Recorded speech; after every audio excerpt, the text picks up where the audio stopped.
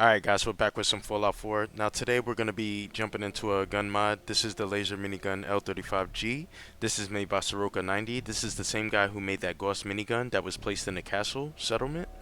So in order to get this mod, you want to start out by going to the National Guard training yard, and there will be an armory there, and you can find a gun inside the armory. Now, if you have trouble finding the location, just know that it's next to County Crossing, and if you keep doing quests for Preston Garvey, he'll eventually send you there. It's like right across the street from County Crossing. So, like with most weapon mods, before I show it off, I also like to show the location of it, just in case you have trouble finding it. So you will need to go inside the armory that's inside of the training yard. I'll show you where that is.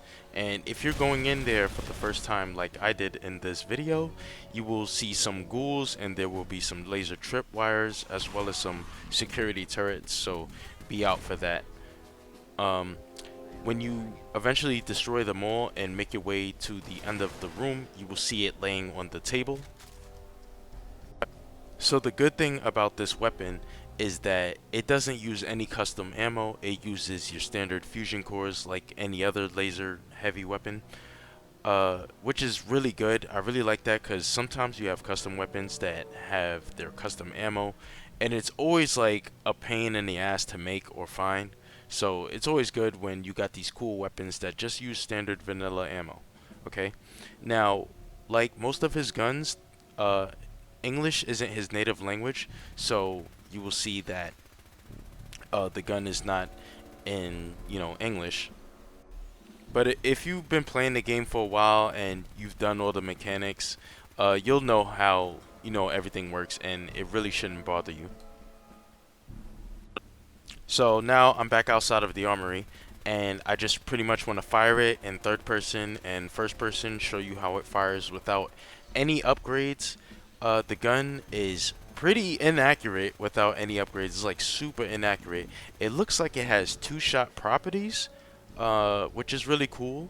But yeah, accuracy is a really big thing, a really big problem with this weapon.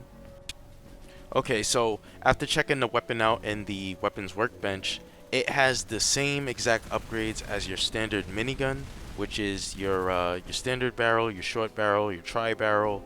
You have the gunner sight, and you have the option to place on the spike barbed thing at the tip of it for melee damage. I put it on more for aesthetics since my character is a raider. I feel like it's a raider thing to do to put that barbed wire on the end of the minigun.